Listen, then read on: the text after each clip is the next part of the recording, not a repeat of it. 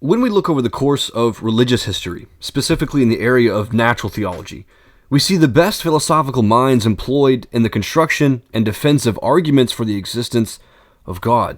Now, the progress made in this sort of conversation could be thought of as an attempt on behalf of man to cast the rod of the intellect over the sea of faith, if you will, hoping to retrieve the coveted prize of ultimate truth.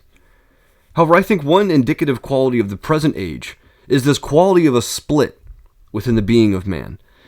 Christian evangelists from the earlier part of the last century used to speak about the existential consequences from not only the split of the atom, referring to the creation of the atomic bomb, but especially to the split of the home, referring to divorce rates. And yet I would add to this that the devil is a tireless and relentless fellow who not only stops at corrupting nature or the human couple, but even labors to divide the individual self. And so serious is this split, this division of the self, that modern man's existential categories become entirely flopped on its head.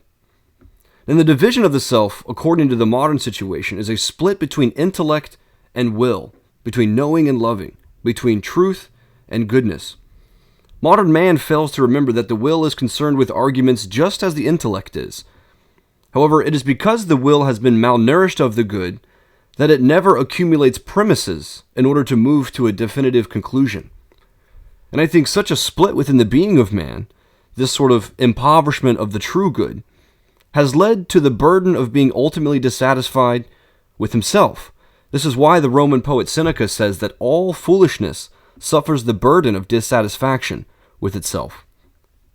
The intellect can do nothing apart from the will, and nor can the will act apart from the intellect.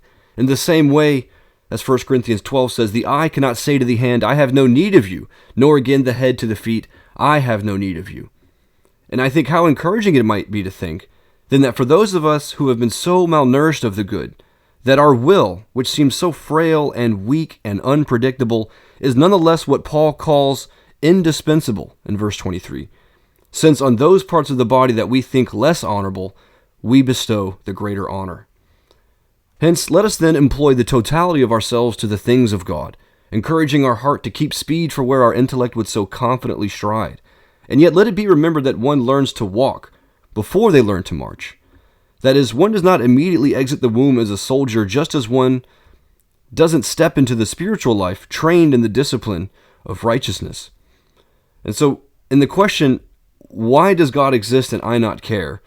The short response is because we have not been kindled from, nor are we likewise kindling, the fire within.